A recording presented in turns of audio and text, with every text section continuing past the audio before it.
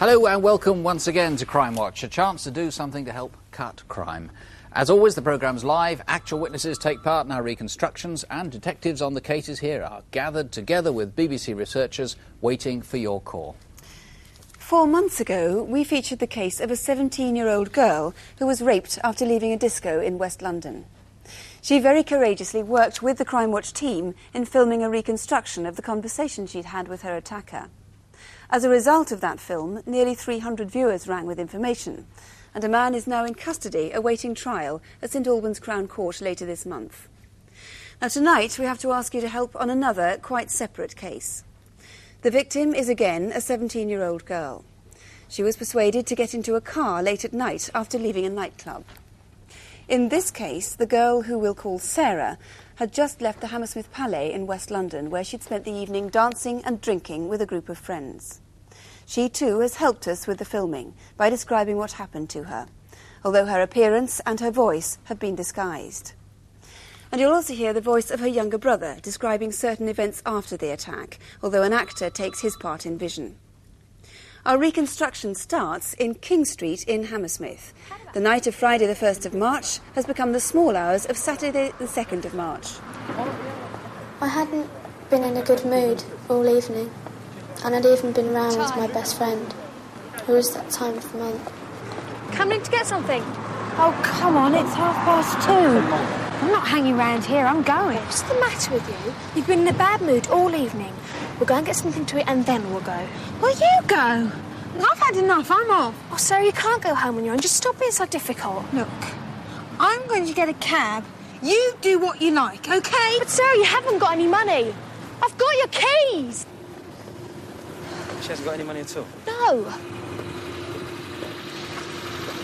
You a cab? Yeah, but I'm not working tonight. Just let her go if she wants to But go. I've got a keys. I'm supposed to be staying at her house.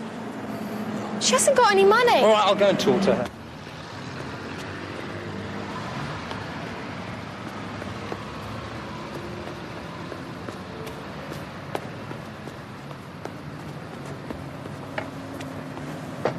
Look, where are you going? You can't walk home on your own. Come back and wait for the rest of us. Oh, leave me alone. I've told you I'm tired. I'm going home. For being really stupid. Come back and don't be so silly. Get off me! If you're going to be like that, forget it.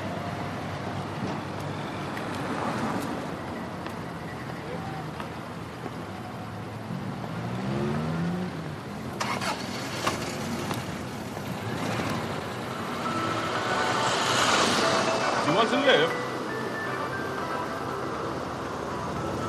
Do you want a lift? Yeah.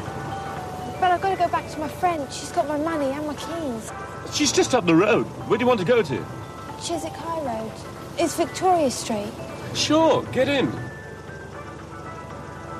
He was about 30. He had a young manner. He sounded like he had a London accent, with a hint that he came from abroad.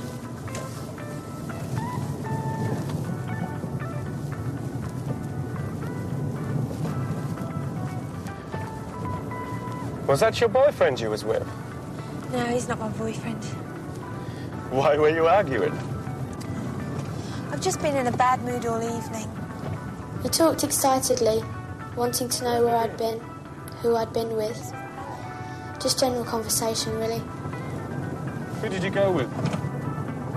There's a crowd of us that usually go, but for some reason I just didn't enjoy myself tonight. I sometimes feel like that. You hear what I'm saying? What's your name? Sarah. What's so funny? Nothing. It's just you remind me of a friend of mine who's half-caste as well. That's all.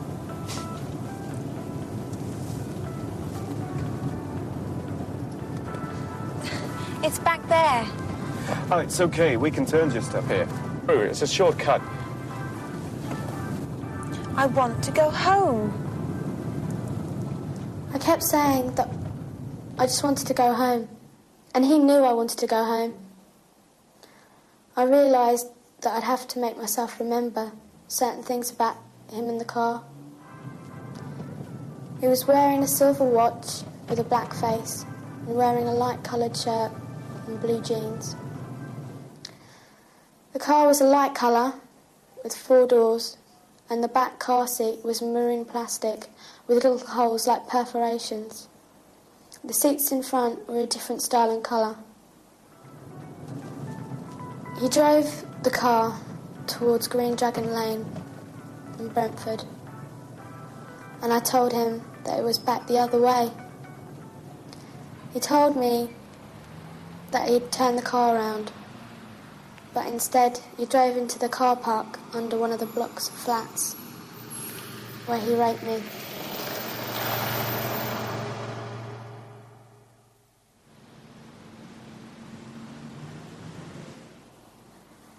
Afterwards, he drove me home, and I was hysterical. My mum, my dad, and my sister, and at the police station, and I was at home with my sister's friend. Oh, I get it's probably the pizza man.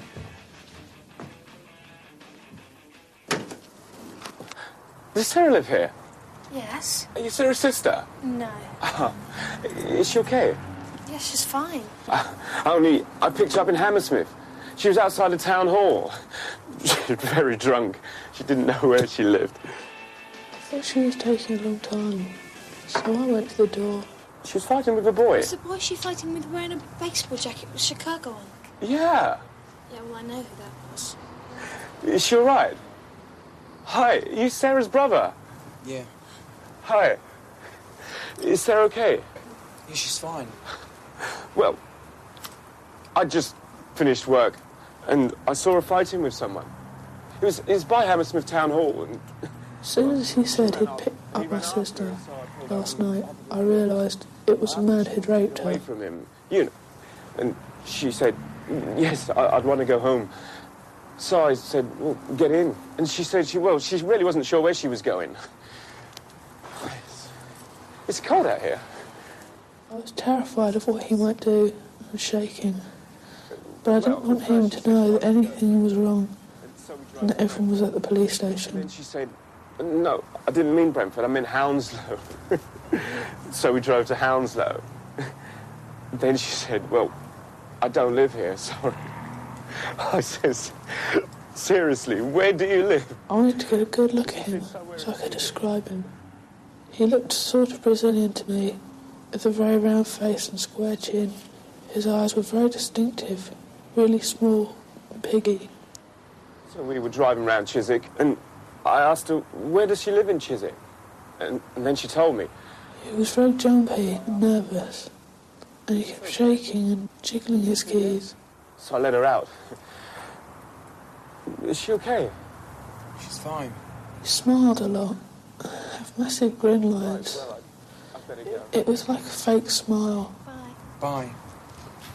It's him, isn't it? I know. Bye.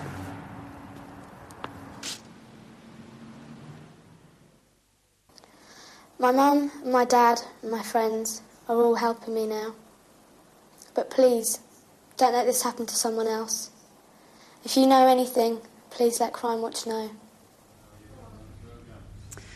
Well, Mr. Lovering, the first question to ask you is why would the attacker go back to the victim's house the following evening? This was not a logical action. On the one hand, I think he went there to see if his 17-year-old victim had recovered. On the other hand, I think he went there to see if she'd reported the rape to the police. I suppose he needed to see if she'd recovered because, although we didn't show it in the film, he did use physical violence against her, didn't he? That's correct, sir. What's the description of the man?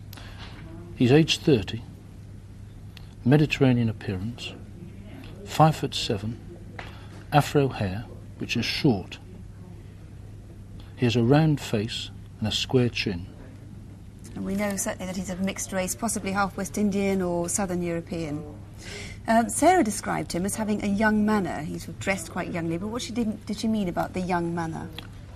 When she says aged 30 or thereabouts, he used various phrases which tended to show that he was young in his manner, his way, such as, you know what I say, you hear what I say. She remembers he was wearing a distinctive watch. What was that like? The watch is extremely interesting to us. We believe he wore it on his right wrist, which tends to show that he's left-handed. It had a black face, a a silvery elasticated strap. So that may have been worn on his right wrist, in which case he may have been left-handed. The car, we don't know the make of car, but there were a few distinctive points about it. Unfortunately, we do not know the make. It was light in colour. It had, on its rear seat, small perforated holes. On the rear window, as you looked at it, there were sunblinds. Together, it tends to point to being a foreign car. So there's a possibility it was a foreign car. I know you do feel that there's quite a deal of urgency in finding this man. This man, I believe, has struck before. We do need to find him. If there are other victims out there watching this programme, I want them to understand they can come and contact me in all confidence. And that there's going to be a sympathetic response? The Metropolitan Police has completely restructured its investigative role in rape. We are compassionate. There are female as well as male officers who have been trained to look after victims of rape. Well, Mr. Lovering, thank you. If you feel perhaps you've encountered this man, if you think you can help in any way, your call will be treated with absolute discretion. The essential thing is to prevent an attack like this happening to somebody else. To remind you of the number here, it's 081 811 8181, or the number direct to Tom Lovering's colleagues at New Scotland Yard is this one, 071 230 2301. That's 071 230 2301. Calls to Crimewatch really are highly effective. I must say, I hope, though, we do rather better tonight than last month. If you recall, the calls looked very promising at first, but progress on all three reconstructions has been rather frustrating. There were, though, 2 arrests from photo call, one just 10 minutes after we came off the air. Police called at a pub in Bristol after 2 quite separate viewers rang with the address there. A man who worked there had heard he was on Crimewatch. He was actually sitting waiting for the detectives. His case has now been referred to the Director of Public Prosecutions. The second arrest came 2 days later after information from several viewers was combined. A woman has since been charged with handling stolen checkbooks and obtaining money by deception. Now to this month's photo call. Here to take us through the faces are Superintendent David Hatcher and DC Jackie Hames. We're very anxious to speak to this man, Keith Alexander Burgess, in connection with the death of 24-year-old Leslie Bennett. Leslie was a popular young woman who had just graduated from Manchester Polytechnic. On Friday, the 1st of March, she was found dead at her home in Kenton, Middlesex. She'd been strangled. Keith Burgess is 31, 6 foot, with an athletic build. He has light brown hair, which he usually wears gelled back, and has a half-inch scar under his bottom lip. He speaks with a slight Scottish accent, most noticeable when he's agitated. If you think you've seen Keith Burgess, or you know where he is now, please phone us here at Crimewatch. And you know who this is? Wearing the same outfit, he's robbed 2 building societies up north. He struck first in Stockport in January and then again just over a month later in Warrington. Both times he threatened staff and customers with his gun. He seems rather fond of his blue woolen hat and blue anorak. He's 25 to 30 and about 5'8" to 5'10". He's got dark hair and wears an earring in his left ear. If you do know him, please get in touch. Officers in Leeds would like to speak to this man, Robert Albert Spencer. They're investigating a peculiar series of events in West Yorkshire.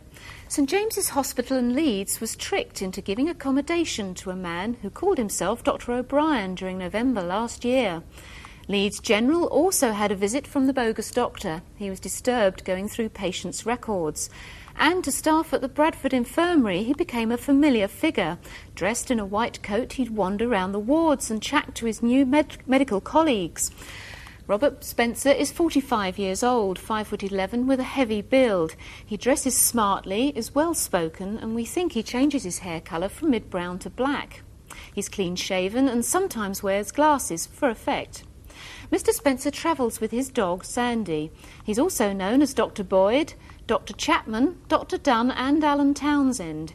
If you know where he is, please call us tonight. Finally, my London colleagues want to find this man who managed to con a Mayfair gambling club. Here he is on the 6th of March, joining the club in central London. He gave false details, calling himself Peter Brown.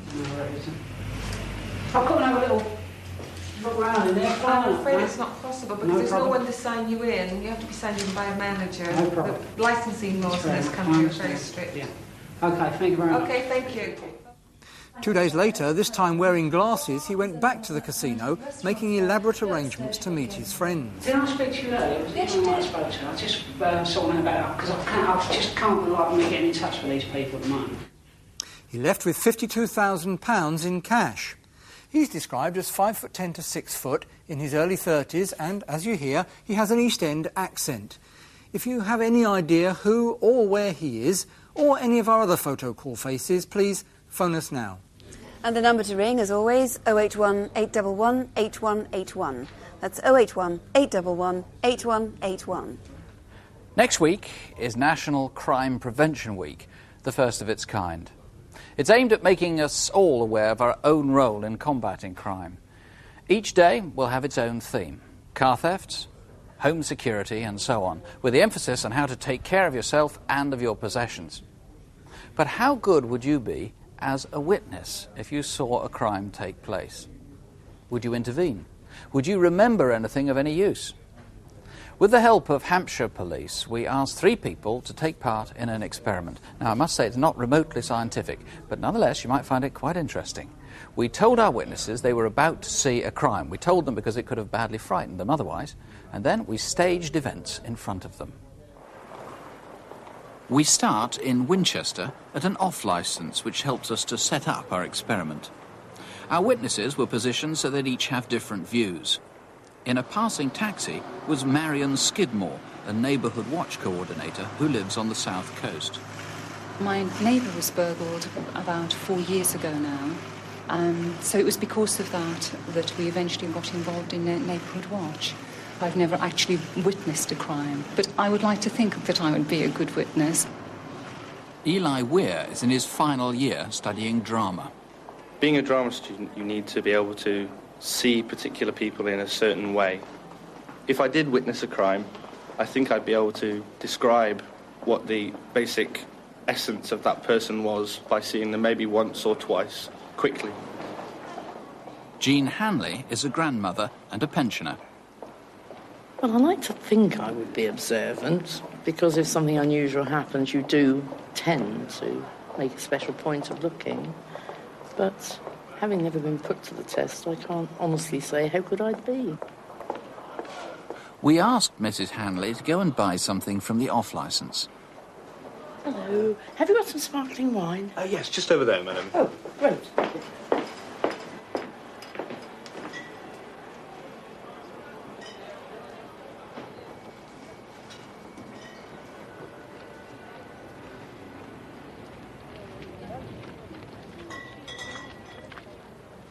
I've got a shirt, so give me the money now. Well, there is no money. I've cashed up. You stay out of this, right? Let's get out of here! Come on, quick!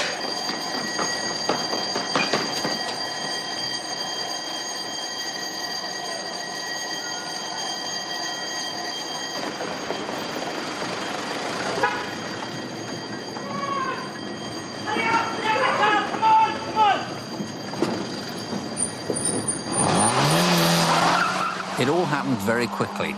How much did our witnesses recall? Suddenly I heard the voice and it did frighten me, yes. I looked round and there was a man near me in a bright red sweatshirt, I think, and dark trousers, and I think he had a short haircut. He seemed to me to have quite distinctive eyes. I think I could recognise him again because he was closer to me and he looked me full in the face. The other one didn't, and I didn't feel I got a very good view of him, particularly. It all happened very quickly. The guy came out of the shop and he ran down here and he was gone within a second. I got quite a good look of the first one. The second one was behind him, so I didn't get as good a look as I could have done. 1 minute I was sitting inside the taxi, the next minute there was a lot of noise, an incident seemed to be happening with people rushing into a car, and the next minute I'd driven past. Compiling photo fits can happen days or weeks after the event. Our witnesses were able to compose them straight away. Here the pictures are hand-finished to fill in the details. I found making up a photo fit image of the man that I saw extremely difficult. We started with the hairline, and I immediately found there wasn't a hairline to suit the type of hairline that I'd seen. hair could come down more and back. I also found it difficult to produce a shape of mouth when in fact he was shouting and calling, and therefore it was difficult to see a mouth in the closed position. I would like to think that my photo fit is a reasonable likeness. I suppose in marks out of 10 I would probably give it around 6. It was hard to compile the photo fit. Building up an image from fleeting glances of people is quite hard. Have a look at that, see if there's anything more you think we could actually do with that. No, I think the hair's okay. The ears are okay, the earrings are in. Yeah, the nose is okay, and the eyes. I don't think there's much more we can do on it, actually. I couldn't remember the things that I thought I would be able to remember. I think I was looking more of generally instead of the more detailed things which people need to get a good photo fit, get a good likeness of the person. Should an event like that occur again, I would like to hone in more on features, hairline, shape of eyes, shape of face, etc. And I hope in the future that would make me a better witness. Well, all three of our subjects did remarkably well. How good would you have been? Well, now you can see for yourself. Here is a lineup, an identification parade of the sort that you might be asked to look through if you'd actually seen a crime take place. One of the actors who played out our so-called attempted robbery is in the lineup. Can you pick him out? We'll go down these faces twice. Which number is he on the line? Now, we've told our actor what he'd be told if he really was a suspect. And incidentally, there's nothing in the rules to stop him slightly changing his appearance. He might have changed his hairstyle, for example. He can also decide where he wants to stand. And he can object if others on the lineup don't look remotely like him. Now remember, you've seen far more of our actor than had any of our witnesses. We've shown you repeats, as it were, of the crime, and we've covered the actual faces. We've shown you the actual faces and their equivalents on photocall. So you should have a very good chance of picking him out. Who is he? Okay, have you decided? Well, here he is. It's number 7. And in case you want reminding, here's how he looked when the robbery was staged. And don't forget, incidentally, Wayne Goddard is an actor. He's not a robber, so please don't call us about him. Well, next, what about the car? Do you remember anything about that? Here it is among a list of models. Can you identify which one it is? I'll give you a moment just to look through this list. Remember, once again, you've had several opportunities to see the car. If you've got the model type correctly, can you be any more specific? What version was it? Was there anything unusual about it? What colour was it? And what about the registration number? Any chance of remembering that? Well, here is the car. It's white, of course, with red coach lines. It's a Ford Escort, an XR3i. As for the registration, it could be false, but still useful to the police, a 631YOP. And do you remember anything else that might be useful to the police? Now look at this sequence again, for instance. Did you notice that there was a third man in our attempted robbery? He was driving that getaway car. Perhaps the lesson that comes out of this is that no one can remember everything about an incident they see, especially if it's wholly unexpected and puts the witness under some sort of stress. But do try to concentrate on specific details, particularly those that others might not have a chance to notice. It's better to be certain about a few things than vague about a lot. As I say, National Crime Prevention Week begins next Monday. Do watch out for it. So 1 or 2 distinctive features are much more useful than a dozen vague impressions. Observant viewers have already been calling the studio on the cases we've featured so far on the programme. Several viewers have called in putting a name to the attacker of the 17-year-old girl in Hammersmith, and that includes one call from a WPC. And we've had calls from several women who feel they will have encountered this man in the past as well, so we'll keep you informed on that. But perhaps you can identify something or someone in one of our incident desk cases tonight. Here are Detective Constable Jackie Hames and Superintendent David Hatcher. Good evening. Our first case tonight is a tragic one. An armed robbery which 2 weeks later turned into a murder investigation. 63-year-old security guard Gordon Rogers was making a delivery to the Midland Bank in Guildford. It was the morning of Thursday the 21st of February.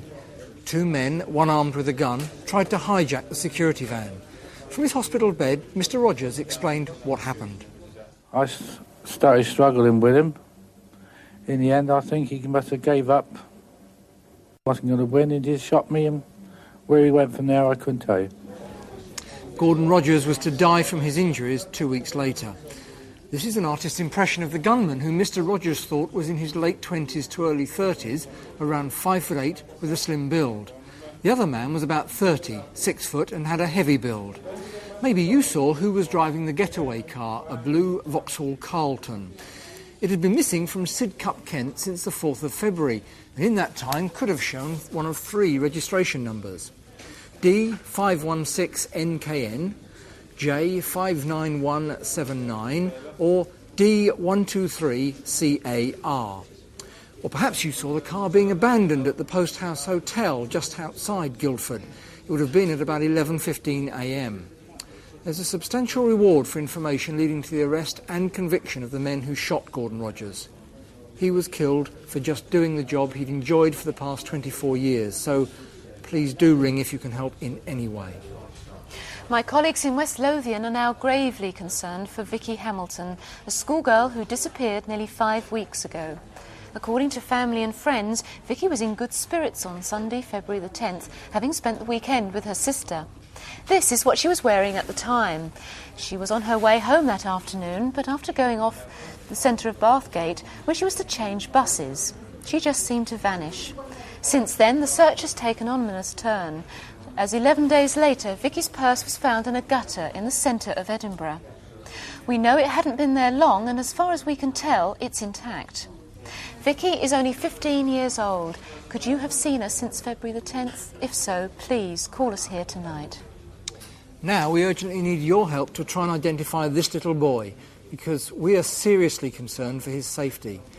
This is an artist's impression of him, which has been taken from a video seized by the Obscene Publications Squad at New Scotland Yard. The boy has 3 dark moles in the shape of a triangle on his left cheek.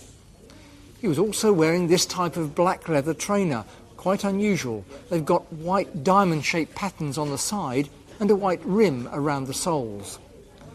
We think the video could be up to 5 years old, so the boy could be aged anywhere between 7 and 12. Those 3 moles on his left cheek are very distinctive.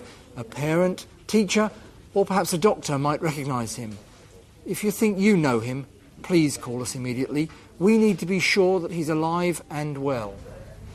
It's in fact very rare for a woman to be attacked if alone when her car breaks down, but such cases always stay in the mind. You may remember in February a woman was attacked and raped by the side of the A1. It was about 5:45 on Friday the 22nd of February when she pulled over onto the hard shoulder of the northbound A1 at the Alconbury Hill flyover in Cambridgeshire.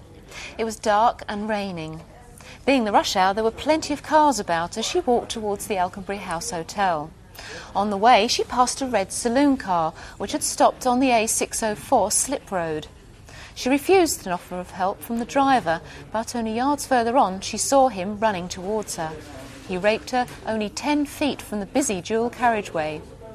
He was 30 to 35, 5'10", with thick brown hair and a moustache. She describes him as a businessman and remembers that he was very softly spoken and smelt strongly of beer. When she saw him in the car, he was wearing a white shirt and a dark tie with diagonal stripes and had small square gold cufflinks. When he attacked her, he wore a light grey hooded jogging top. You may have seen him in the hotel car park because after the attack, his victim saw him drive out of there northwards. She remembers his red car had red cut-out headrests and that the seats were patterned in grey and blue. At about 6:15, someone saw him go into the Happy Eater about 2 miles north on the A1 and noticed his jogging top was soaking wet. Did you see him there or anywhere else that night? If you think you recognise him, please do phone us now. This sort of attack creates fear amongst women, and of course there's a lot of confusion about what you should do if your car does break down. Our advice is to get out of the car in case there's an accident on the hard shoulder. You should wait near the unlocked passenger seat, locking all the other doors. Then, if someone does approach, you can get in and lock that door. Always keep your hazard lights on. Passing motorists should simply phone the police rather than approaching a broken-down vehicle. This will ensure help comes without being frightening to the stranded motorist. Our next case seems to have all the ingredients of an American underworld killing, but it happened in a quiet Kent village. Alan Leppard was in bed when his doorbell rang on Easter Monday. It was 10:40 at night. He lived on the high street of Monkton near Ramsgate, and it was here that he answered the door to two men. He was shot at point-blank range and died shortly afterwards. Were you in the area that night?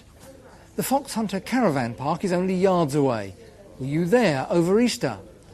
People saw two men that night driving a big American car like this. It was cruising around Monkton. Or perhaps you saw this man. He was one of Mr. Leppard's visitors, in his 40s with grey hair going white. If you know anything about Alan Leppard's murder or the strange events in Monkton that night, please call us here. Taxi driver Stephen Gaines thought there was nothing unusual about this passenger who he picked up from Durham Station on Thursday the 7th of February. It was about 2:40 in the afternoon and it was snowing. Cast your mind back, the man may have been hanging around outside the station, or you could have been on the same train as him. He asked to be driven to Lancaster, then wanted to go on, and at Buttsfield he complained of feeling ill and asked Stephen to stop. As he pulled over into the lay-by, his passenger suddenly produced a large knife and attacked him. Stephen was stabbed in the stomach, but eventually managed to escape from his taxi. The attacker drove off in it, a light blue Vauxhall Cavalier. It was found abandoned the next day outside Bear Park School a few miles away. Did you see it being dumped there? Stephen's attacker is described as 5'8", about 29 to 35. He has dark hair, greying at the temples, and his beard was neatly trimmed. He was wearing a navy blue padded jacket and a light-coloured shirt, which may be spotted with blood. He had a local accent and must have been familiar with the area. We're hoping that this knife may be the clue that leads us to him. It was found 4 miles from the abandoned car, and it could well be the one used in the attack. We're very worried that this man may attack again. If you know anything about this or any of our other incident desk cases, please call us now. And if you can help, here's the number, 081 811 8181. That's 081 811 8181. Our next case is a disturbing one because it's the murder of a straightforward, well-liked man for no reason anyone can work out. John Green was in his mid-30s. He wasn't a very ambitious man, and he made a basic living from a variety of occasional jobs. Because his lifestyle was a fairly simple one, and he lived rent-free in a property belonging to his mother, he wasn't too concerned about earning money. John lived in Poole in Dorset, and police need to hear from anyone who came into contact with him, particularly in the last few days before he died. It was on the evening of Saturday the 2nd of February that John's body was found at his home. Our reconstruction begins the week before his death. John had held a party at his basement flat. It was Saturday the 26th of January. John was usually rather shy and awkward in company.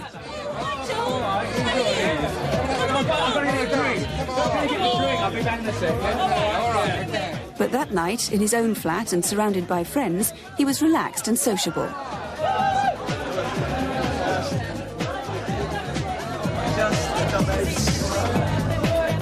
The party was to celebrate the birthday of a close friend of his, Jude Holliday. Oh, there you are. Oh, hi, Tom, all right? Yeah, I'm fine. Yeah, I can't some fresh air. It's so hot. I know, it's a great party. It's good, isn't it? Yeah. Are you sure you're okay? Yeah, I'm fine. Brilliant, okay. I'm glad you're enjoying it too. I'll see you later. Okay.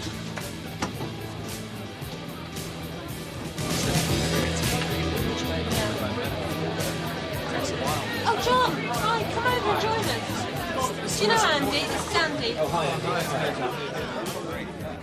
I've known John for 15 years as a friend. He was quiet, unpretentious, shy, really, man. He had a wide range of friends. He was intelligent, active mind.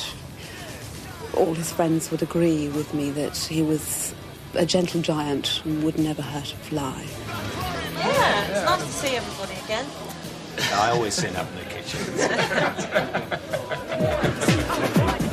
The party went on into the small hours. There are still a few partygoers police need to speak to. They may have witnessed something significant or be able to provide some extra information about John. Above John's basement flat is a shop which he rarely used. It was in the Branksome area of Poole, on the busy main road to Bournemouth. The windows were usually whitewashed, but shortly after the party, John had scrubbed them down. The first of an unusual series of events that week was an appointment on Tuesday the 29th of January. A meeting at a roadside café with an unnamed person.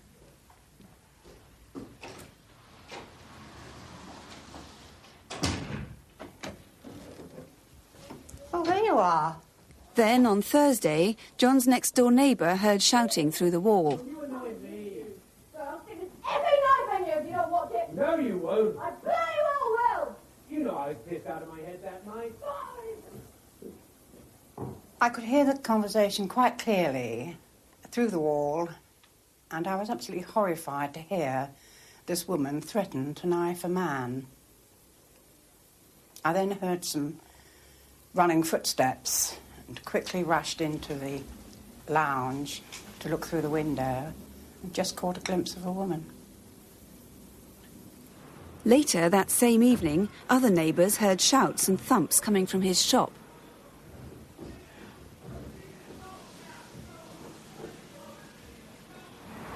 Whatever may have happened, the following day John seemed untroubled.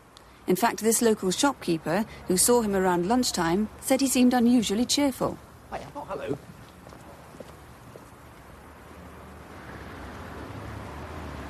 But only a couple of hours later, outside his shop, a witness saw someone fitting John's description and looking pale and frightened, involved in a tussle.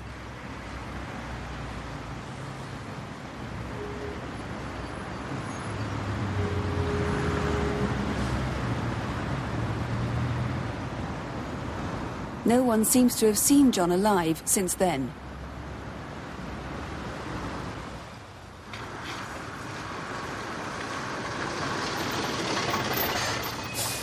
The next evening, Saturday, shortly after 6 o'clock, a woman who had just got off the bus walked past his shop.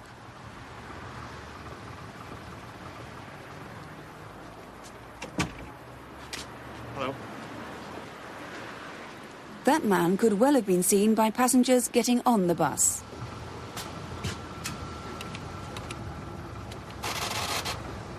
All our fares are recorded on computer, and we can tell from that on the night in question, 2 concessionary fares were issued at this stop.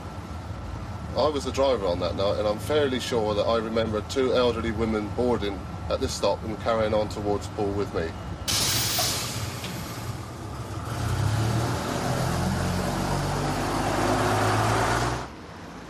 It was only moments after that that a friend of John's came to visit him.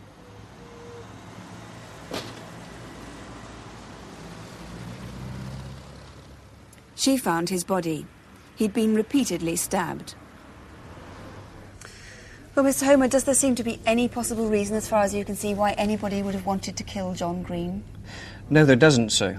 Despite the fact that we've looked very carefully into John Green's background, we can't find any reason why anyone would want to kill him. In fact, his friends describe him as a very gentle and genial man, and not the sort of person to confront people, the one that would not seek trouble. Let's look at those unusual events. There are a number of them during the week before he died.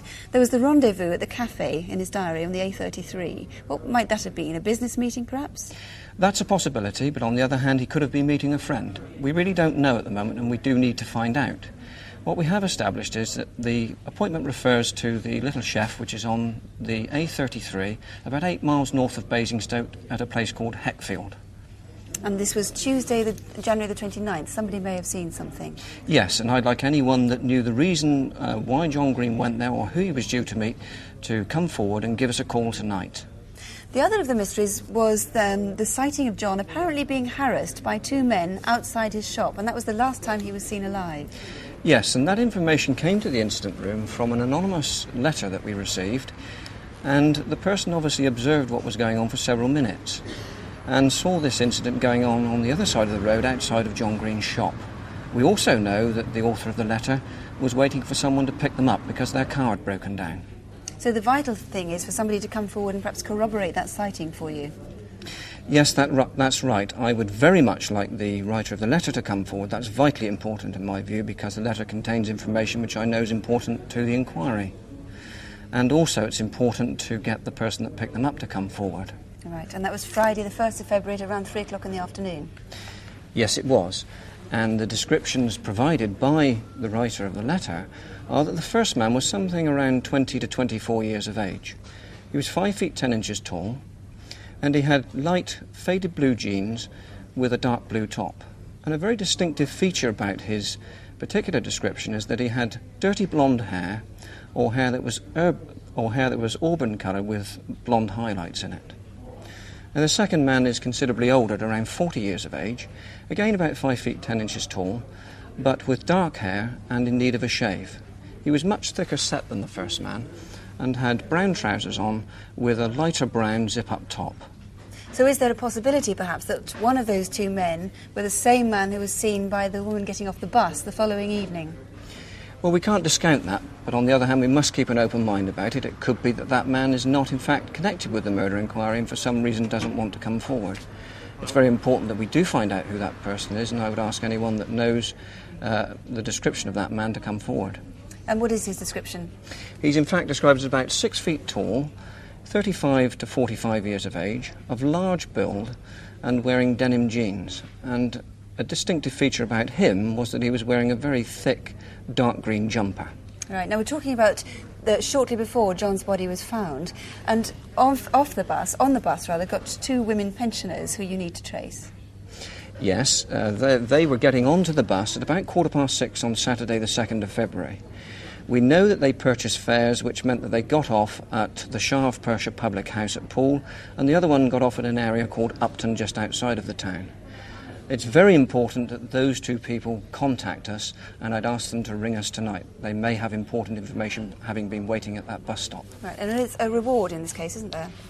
Yes, there is, and that's been provided by the family and friends of John Green, and it currently stands at £13,000 for information leading to the arrest and conviction of John Green's killers. And we're determined that we would like to get to the bottom of that. Mr. Homer, thank you very much indeed. If you knew John and you haven't yet made contact with the police, or if you can offer any new information to help discover why anyone would want to kill him, please do phone. The number to the studio here is 081 811 8181, or you can ring the incident room in Poole, and that number is 0202 703388. That's 0202, the code for Poole, 703388. There's quite a volume of calls coming in tonight on the Chiswick rape. Several people think that they've seen the rapist in the Hammersmith area of London. We've had a number of women call. It's quite possible that there are some other rape victims among those callers. And some suggestions about his car or a cab company he could be working for. Police are quite optimistic about the Warrington robber. We've got callers suggesting names. As I say, the police seem to think that some of those might fit evidence they already have. Robert Albert Spencer, he's the chap wanted for questioning in connection with the bogus doctor inquiry in the north of England. Several possible sightings of him. As I say, quite a lot of calls coming in at the moment. We'll be back at 11:15 with Crimewatch Update. If you can't stay up till then to get latest news, do remember most crime is relatively minor, and indeed it can be stopped by taking sensible precautions. So don't have nightmares, do sleep well. Good night. Good night.